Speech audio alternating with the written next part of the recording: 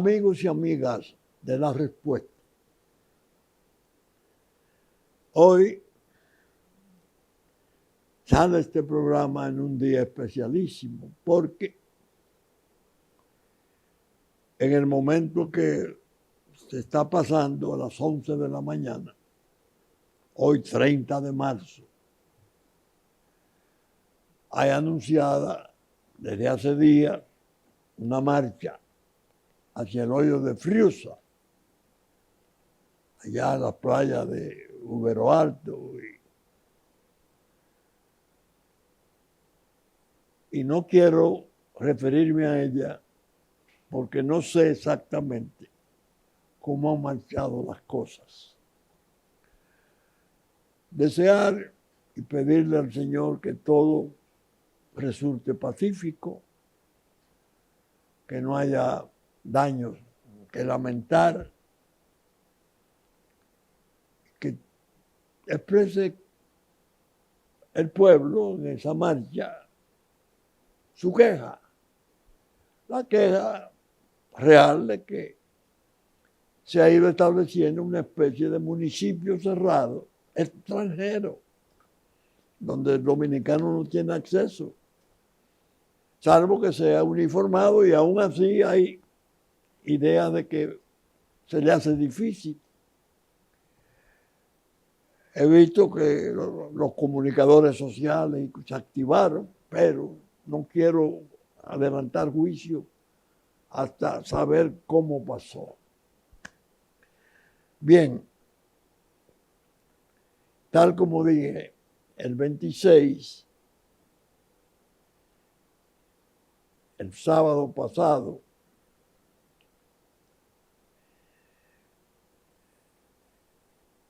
el martes pasado, se celebró la primera misa en el Templo Jesús el Justo Eterno del Fundo Nuestro, la María Virgen, María Dolores Núñez. Y el jueves, en Claret, se hizo la misa, en la misa que correspondía a las 6:30 para otros también difuntos. Estuvimos allá evocando el 26, que es el día en que se cumple exactamente la muerte de mi amada esposa. He estado en estos días, como es natural, bajo sentimientos un poco complicados, los familiares, con el recuerdo, la no conformidad con su ausencia, que es difícil, y más las tensiones sociales, y a ello agregar la cuestión de la guerra y la paz, y algo que evidentemente no puedo dejar de tocar, lo que yo denomino la tormenta misionera de la presencia de Donald Trump en la Casa Blanca, que tiene unos efectos sensacionales, y ha producido efectos de escala mundial en todas partes. Esa expresión del pueblo norteamericano en las elecciones del 24, 77 millones de norteamericanos llevaron en los hombros de sus votos, aquel hombre que había sido tan vejado, tan maltratado, tan golpeado, después de haberlo derrocado en el 20, cuando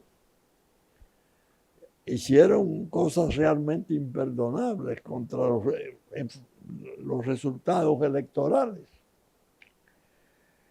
Y él se ha decidido, y así lo está haciendo, a cumplir las cosas que prometiera en la campaña y desde hace mucho tiempo atrás.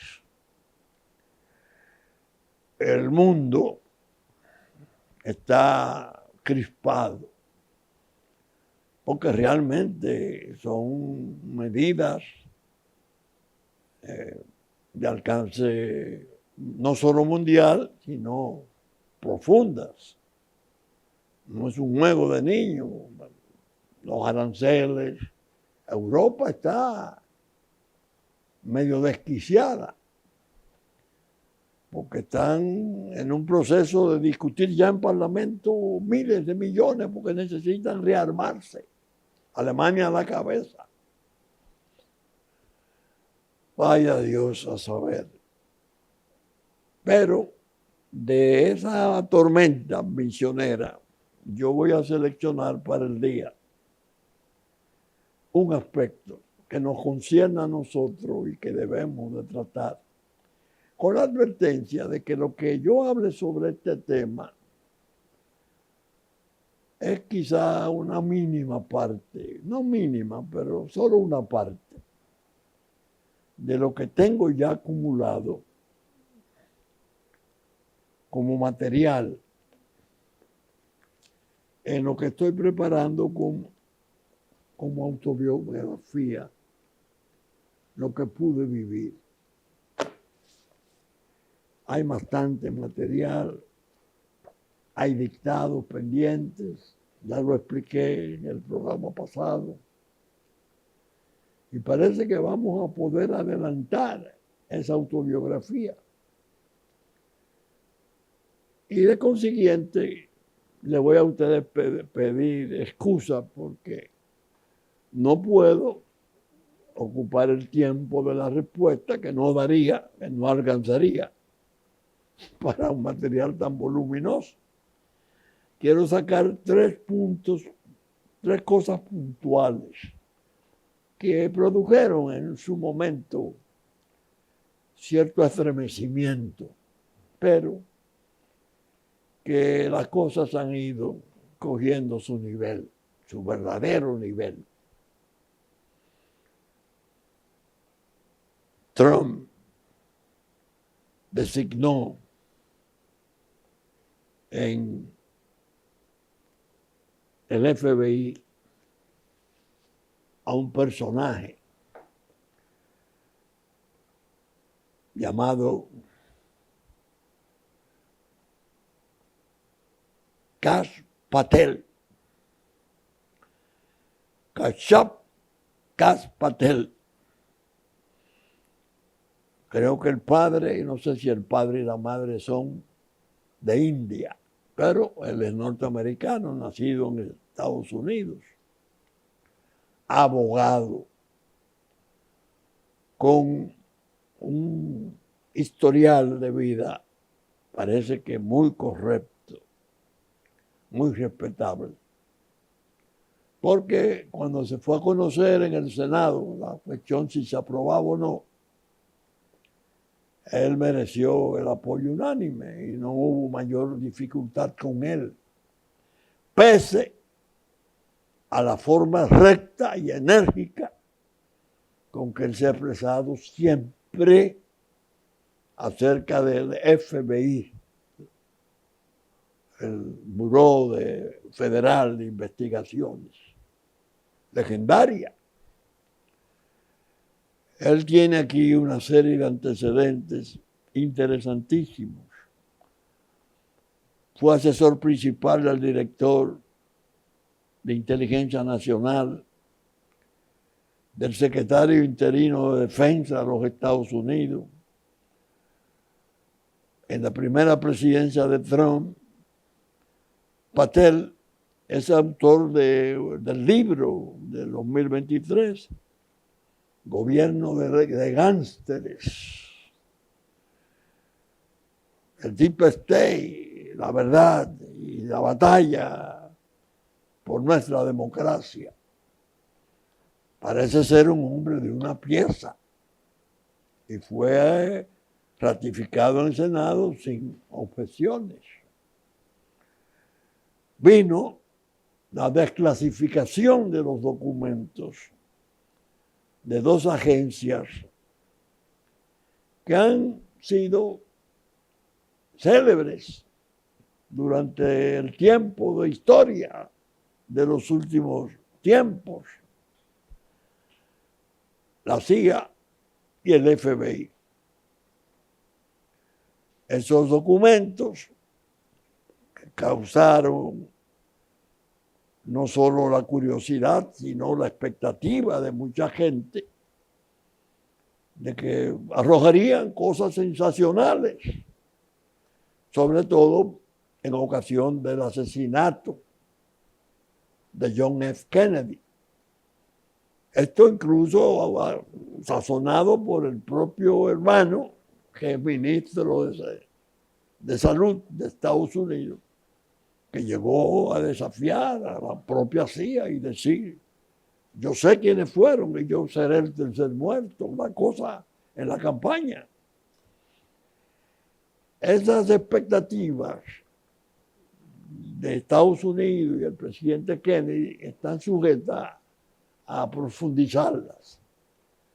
En realidad, yo leí el informe Warren y la obra La muerte del asesinato de un presidente de Carpenter, una obra que creó sensación. Y en realidad, el papel tanto del servicio secreto como de FBI en Texas, especialmente en Houston y Dallas, leyendo esa obra, deja mucho que lamentar. Es una obra meticulosa, con muchos detalles, mucha precisión en las afirmaciones y naturalmente girando alrededor del informe Warren, que declaró finalmente que el magnicidio era obra de un hombre, Lee Harvey Oswald, que no había conspiración de muchos, de otros sectores. Yo incluso en la respuesta he hablado de ese magnicidio que a mí me llegó me conmovió, y todavía cuando lo pienso me apena. El hecho de que ese hecho quedó bajo un limbo. Comenzaron a aparecer las teorías que había un tercer hombre disparando, porque una bala parece que hirió mortalmente al presidente Kennedy y se pegó al gobernador Connally. Bueno, el caso es que las expectativas fueron altas.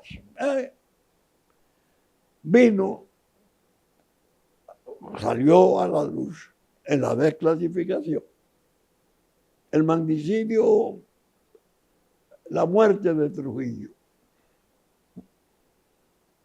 Y naturalmente pegó aquí en una forma, yo diría en las primeras horas, porque un diario muy importante, dirigido por un periodista brillante, como el Listín, dirigido por Miguel Franjul, y su director, Fabio Cabral,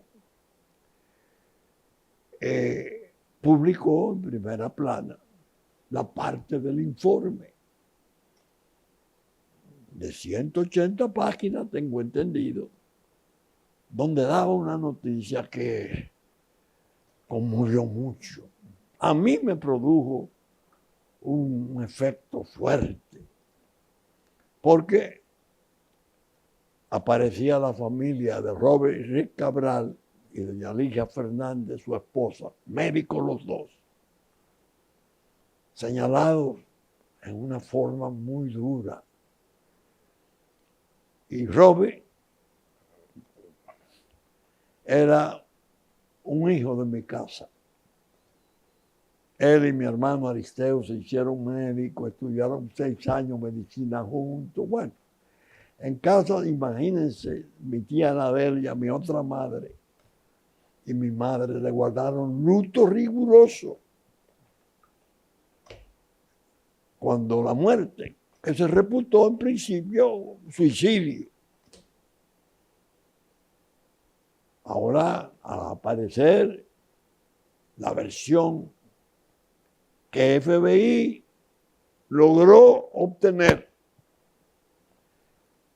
y aquí se complicó el asunto, con un oficial de Marina que se hizo célebre, pero célebre hasta el terror. El nombre estremecía a propio y extraño en el tiempo de Trujillo. Clodoveo Ortiz González.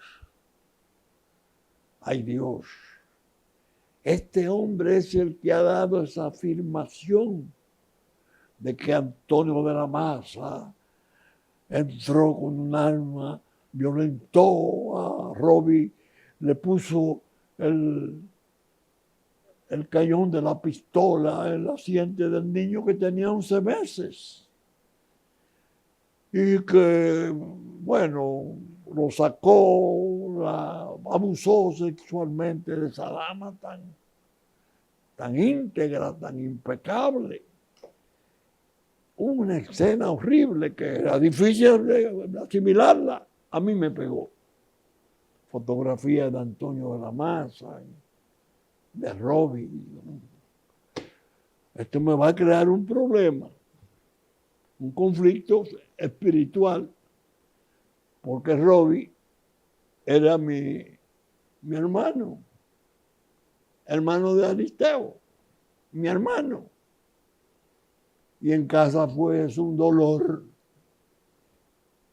indescriptible, su muerte. Antonio de la Maza yo no lo conocí. No traté con él nunca, pero su hermano Ernesto y yo fuimos amigos muy buenos, que fue muerto al día siguiente del 30 de mayo. Lo de Ernesto me pegó también. Al aparecer eso en el listín tan importante diario del país, caramba, hubo una inadvertencia no querida, inadvertencia al fin. Al diario le bastaba con poner a ese informe de FBI: ese señor Ortiz, que no menciona el informe de FBI por su nombre, Clodoveo, era una bestia monstruosa de la tortura de este país en la 40. ¿Cómo tuvo ese hombre esa información? Ya se decía, desde hacía muchos años, que Johnny Aves García, el tenebroso jefe del CIN, había tejido una especie de leyenda que quien había matado a las hermanas Mirabal era Antonio Inver Barrera, que era gobernador de Puerto Plata y que él dirigió. La leyenda que apareció en FBI se decía hacía tiempo como obra de Johnny Aves. Yo soy, y recuérdeme, reconózcame, esencialmente es mi naturaleza segunda, mi segunda naturaleza, abogado, penalista, retirado. Jamás aprobé esa infamia. Hay un hecho cierto para que ustedes sepan la barbaridad de este hombre, alimentando a una agencia federal norteamericana sobre las condiciones de dos héroes nacionales, Antonio de la Maza y Inver Barrera. Contra. Inver Barrera no era Antonio, gobernador de Puerto Plata en el año 1961. Mentira fundamental. Y esta bestia, dice el gobernador Antonio, porque su hermano segundo, que sí fue gobernador por algún tiempo, que incluso cayó en desgracia porque Trujillo sospechó que estaba entendido por debajo y participaba con gente que esperaba la invasión de Cayo Confite, y cayó en desgracia real. Después lo escarcelaron, no sé cómo, fue a Puerto Rico y cayó en la ingenuidad, Dios le tenga en gloria, de venir creyendo que estaba seguro, volvió a ser encarcelado y muerto, asesinado a raíz del 30 de mayo. Yo, amigo de sus hijos, digo, es una bestialidad. Esta es la mente siniestra de este monstruo de Johnny Abe, era lo que se entendía. Penalista al fin, comencé a buscar papeles. No era gobernador Antonio Inver. ¿Cómo puede ese monstruo de el teniente Clodoveo Ortiz abastecer a la FBI de esa información espectacular? Lo había solicitado en extradición. El Consejo de Estado comenzó a tramitarla, pero el gobierno de Don Juan, el gobierno de Juan Bosch, formalizó la demanda de extradición y la aprobaron. Vivía en Nueva York. Cuando la aprueban, viviendo en Nueva York, FBI va con motivo de la extradición y hace relaciones con ese monstruo. Y él le dice toda la leyenda de Johnny Abe que aparece ahí.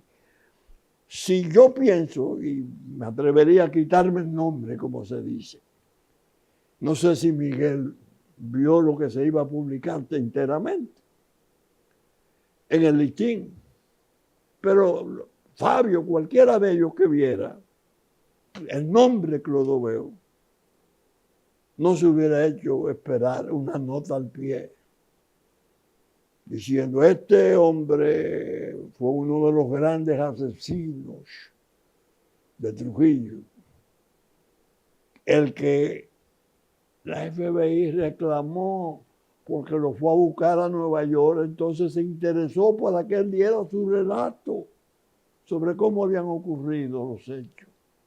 Eso produjo en principio una conmoción, yo la confieso, la tuve. Y me indigné. Digo, pero ¿cómo va a ser?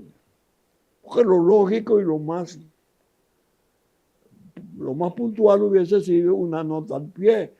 Así el pueblo recibe la versión que da FBI del testimonio de un asesino, torturador, espectacular, extraditado, que después se logra condenado aquí, jueces importantísimos en la jurisdicción nacional de entonces, fiscal como Valera Benítez. Bueno, lo condenan y después lo llevan de un modo u otro a Bajabón y el hombre desaparece y estaba en Estados Unidos. En el testimonio de ese hombre se basó FBI para hacer esa información. Entonces yo digo, caramba, mira, Kash Patel, el actual director de FBI, escribió un libro. Imagínense cómo comienza el título: Gobierno de Gánsteres. El Deep State la verdad y la batalla por nuestra democracia. Llegó a decir, así se dijo antes de las elecciones, en declaraciones públicas, que él no tenía que averiguar mucho, porque él sabía lo que era FBI en cuanto a la cuestión de Kennedy, y que había otras cosas, que con FBI había que no solo sustituir personas, hacer parches de nombramientos, no, disolverla,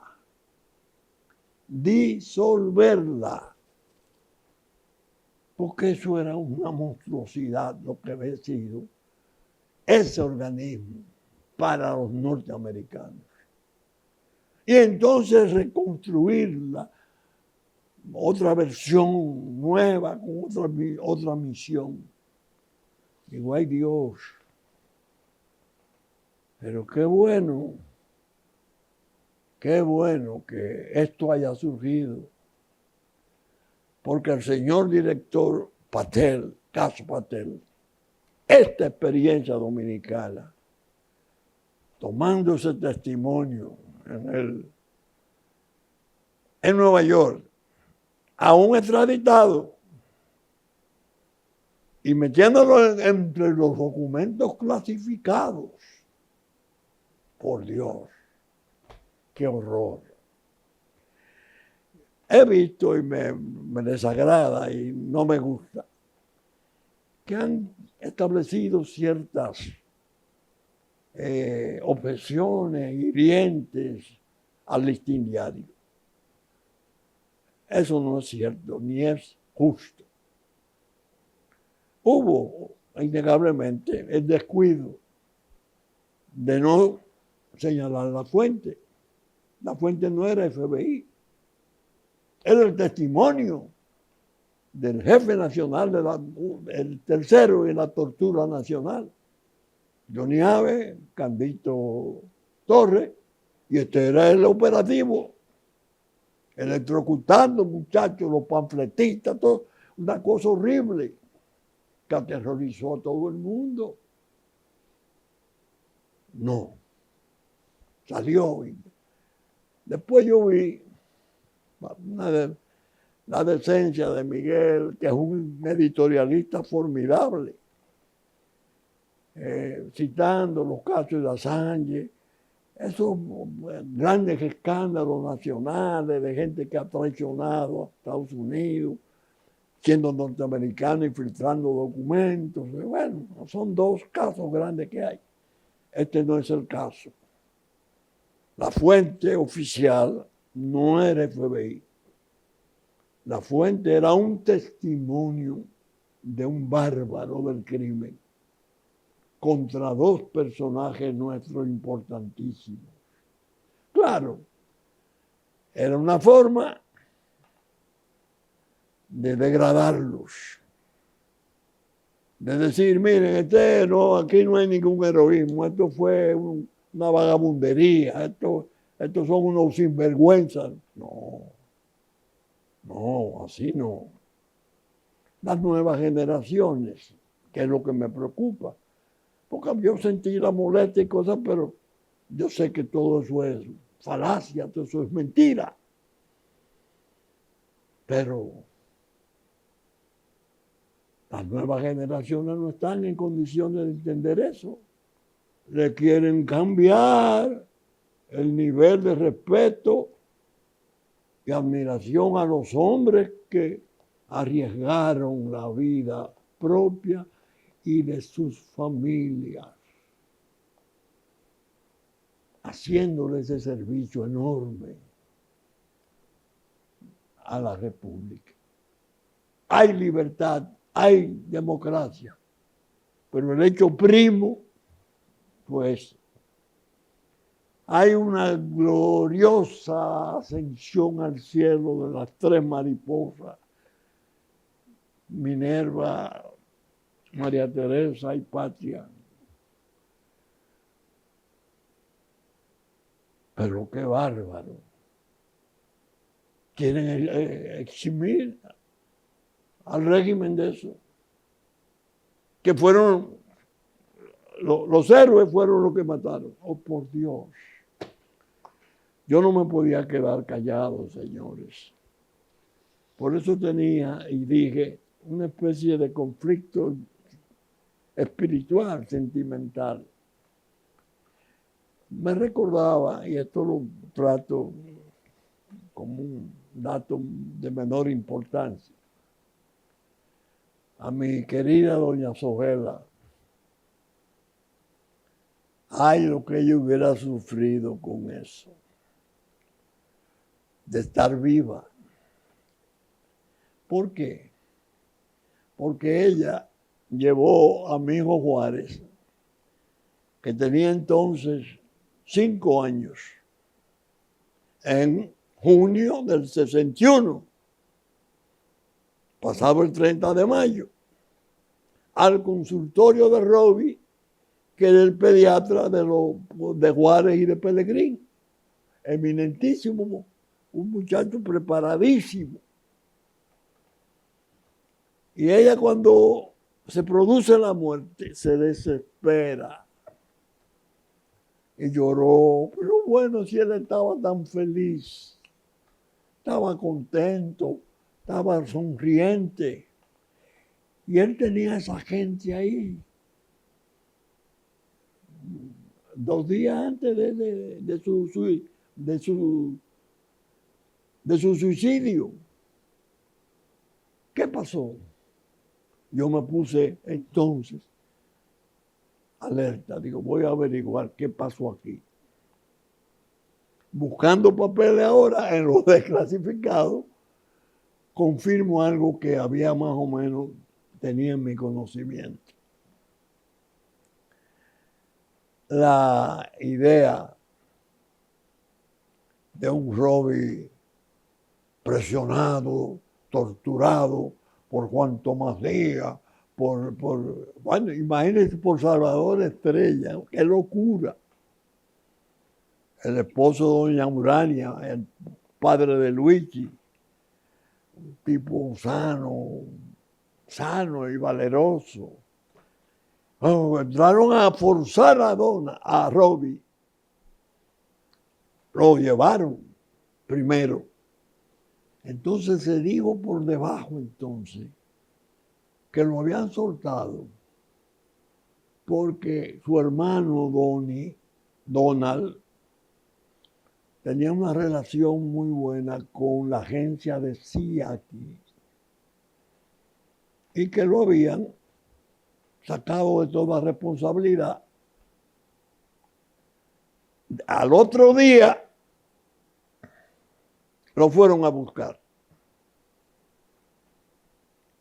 Oigan cómo es el lío. Y él, al sentir que venían a buscarlo nuevamente, tomó la decisión trágica de suicidarse, cortándose las venas. La versión que dan en ese informe del verdugo de la juventud dominicana es horrible, es obscena, repugnante. Todo lo contrario. Apareció algo que yo ahora fue que lo precisé. Porque en el 61, Marcelino Vélez Santana, un médico importante del país, fue el hombre clave para recibir a 4 de ellos y buscar el escondite, porque no era asilo, en las horas siguientes a la muerte de Trujillo.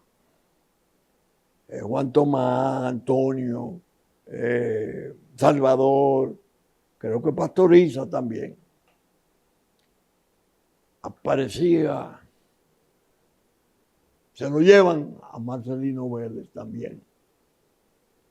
Matan el 4 de junio en la avenida Bolívar a Antonio de la Maza y a Juan Tomás Díaz peleando con los grupos del CIN cerca del Parque Independencia. Se llevan, entre los presos está Marcelino, uno de los hospitales mayores de aquí lleva su nombre. Y yo decía siempre, contra, no tenía ese dato. Por alguna razón no lo conseguía, no sabía. El 10 de diciembre, las fechas son importantes en esto, del 61, 10 de diciembre del 61, aparece una carta en el diario La Nación, en la que ese médico eminente, torturado, rectificaba lo que tenía el zinc bajo tortura. Le arrancó esa versión. Es decir, que el verdugo al doctor Vélez lo torturó, lo puso a firmar un papel en blanco, repitieron la versión y Marcelino Vélez el 10 de diciembre dice, yo no me resistí más porque yo quería con esa versión salvar a Robbie. No, que no tuviera Robbie como nada que ver con el complot y a Ligia y a la familia. Pero eso no es cierto, eso fue arrancado con tortura y explica en la carta. Dios mío, ¿por qué el 10 de diciembre a mí me resulta interesante? Porque fue el día en que se inició la huelga general de la República Dominicana más rotunda que se ha hecho. Total paralización de la nación. Pero había ocurrido el 19 de noviembre. El 19 de noviembre del 61 se había levantado el general Echavarría en Santiago contra los llamados remanentes, que eran la familia de Trujillo, incluyendo a su madre, que salían el 19 de noviembre, pero con la base militar aérea sublevada y la de Barahona. Digo, ay Dios, Marcelino todavía tenía riesgo, porque todos los peligros andaban como fantasmas. Gente que estaba participando en la muerte y en la cosa andaban impunes. Lo rectificó. Entonces yo creo que se debe de hacer un tipo de recolección de los datos más certeros y serios. Yo me he cuidado mucho en eso, pero es material de lo que pude vivir. Ahí van a aparecer respaldo absoluto a esa versión que estoy dando. Claro, no le voy a quitar el interés a mi autobiografía, porque después el libro pierde interés. ¿Cómo se produjeron esos hechos y las implicaciones que reafirman el valor y la inocencia de esos dos hombres? Y la desgracia inmensa de esa fortuna humana que tuvimos, Robbie, a los 32 años, tomando la decisión de suicidarse, porque venían a procurarlo. Al día siguiente lo habían liberado, parece que fue la influencia de que hablé.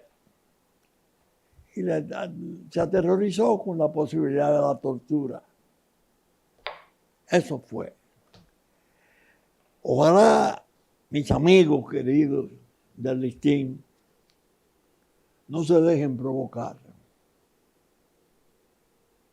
Porque hay algunos que están asusando para crearle descrédito, como eso es trujillismo. ¿Quién dijo eso? Eso es una locura hablar de esas cosas. Pero apareció también en el informe de clasificado las relaciones de Juan Bosch y Trujillo.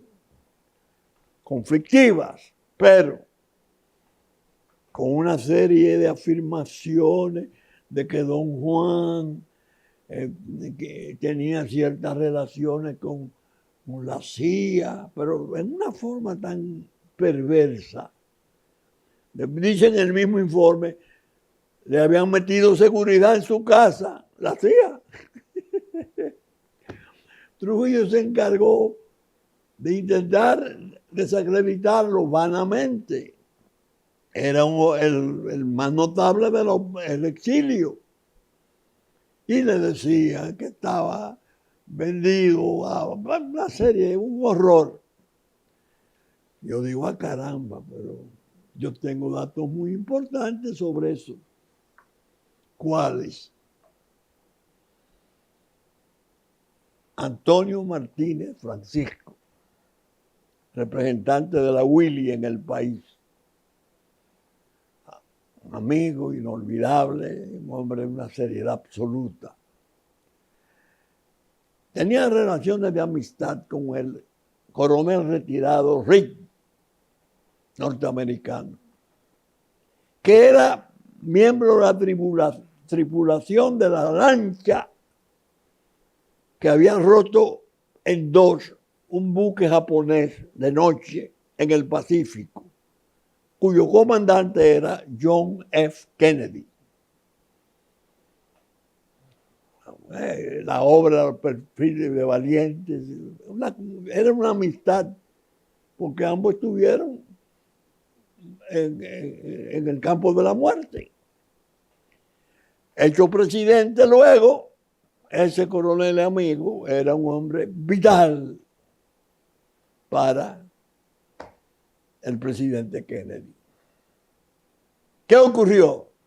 Vino aquí porque él conoció a Antonio, hizo amistad con Antonio porque tenía algo que ver en los intereses de la Willy, en los Jeep Willy, y eso en las reuniones que tenían los hizo amigos.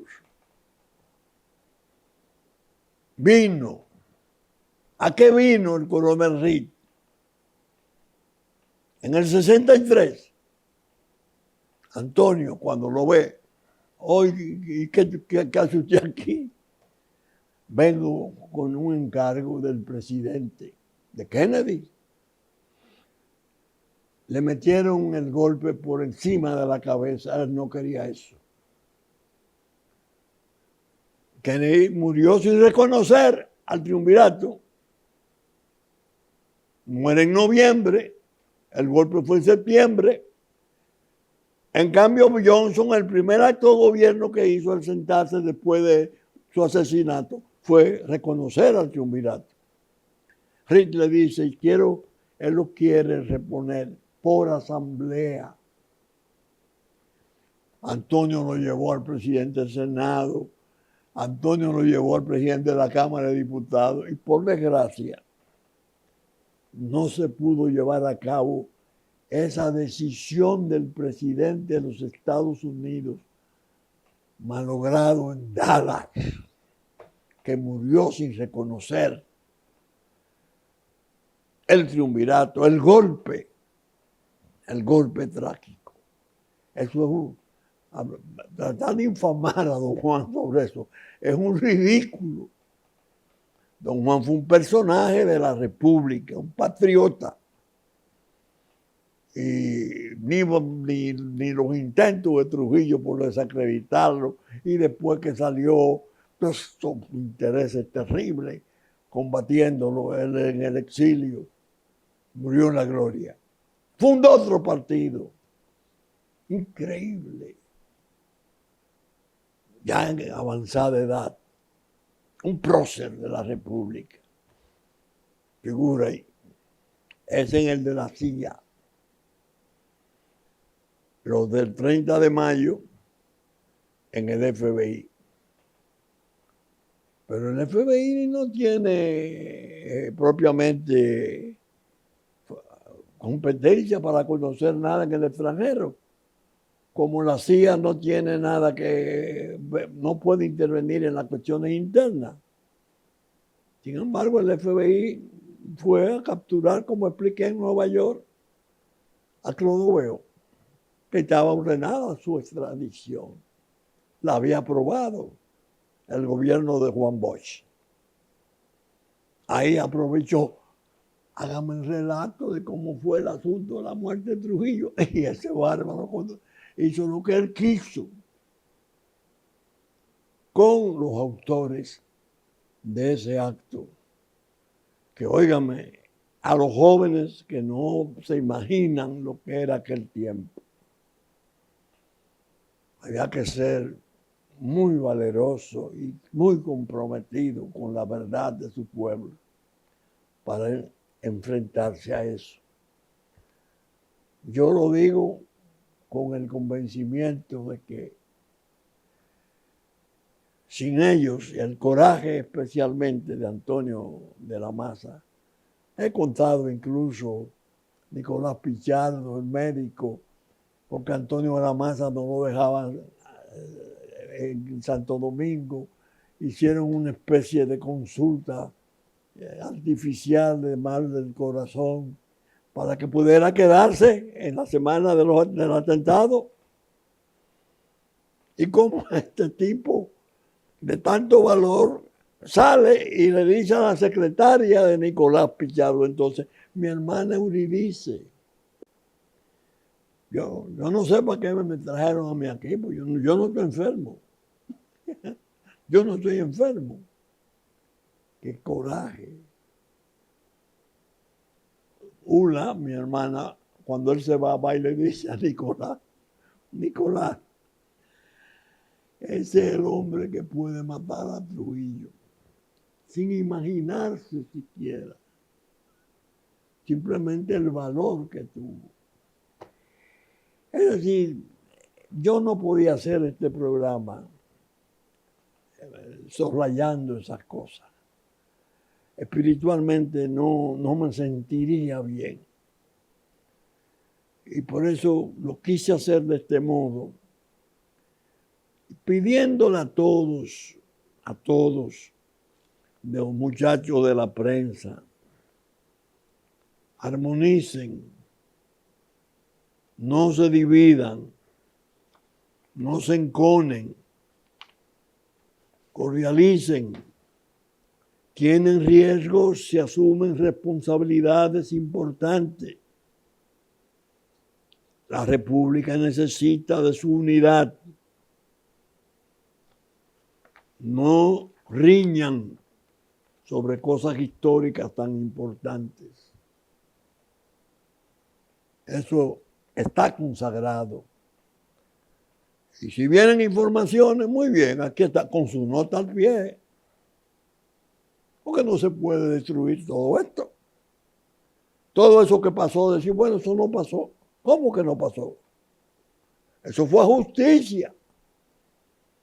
El Ciriaco de la Rosa, que apaleó a las muchachas con palo de Guayacán, y nos andaban con él, la banda criminal. Estaba en Nueva York. Estaba condenado aquí, un juicio que se televisó. Y le declararon todo como fue, y cuando fue Candito Torres. Y entonces, oigan cómo es. Ese hecho, ese tipo, lo relata en Nueva York y muere en su cama, sin justicia, nada.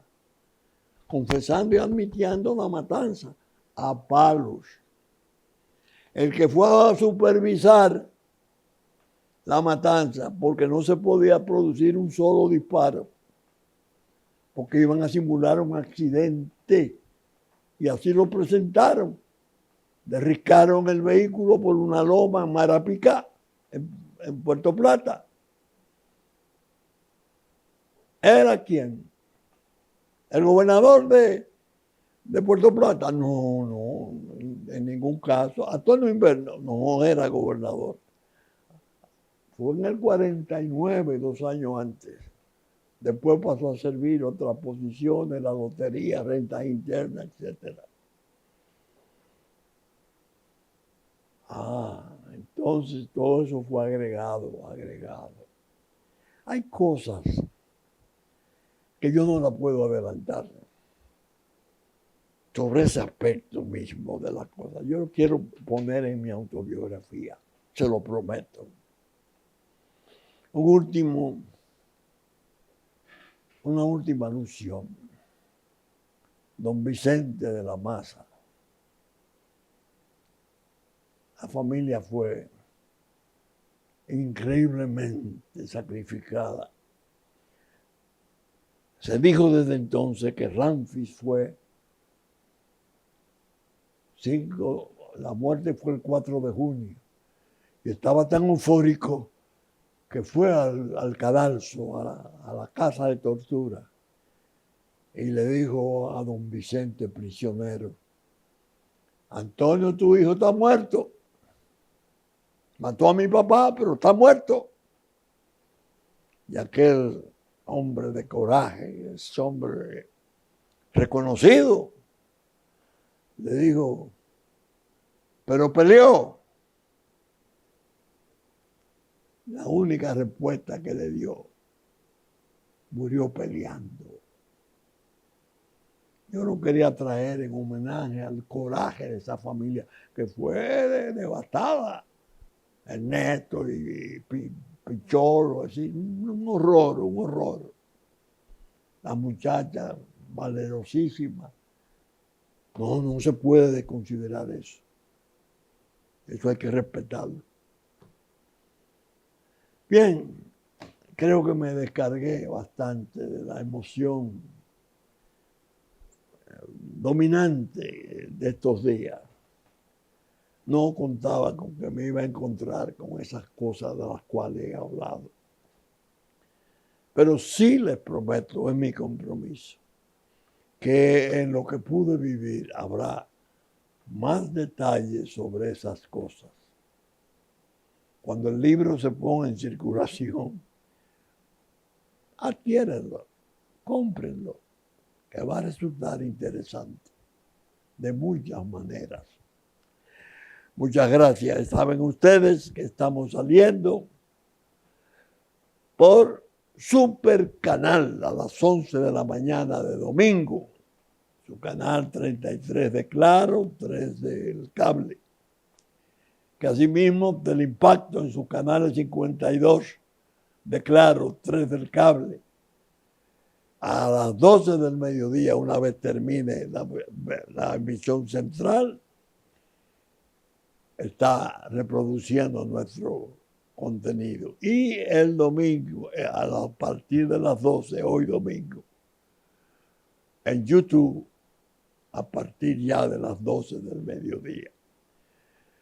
Con la gracia de Dios y el ruego final de que lo de Friusa no degenere en una situación de violencia y de dolor.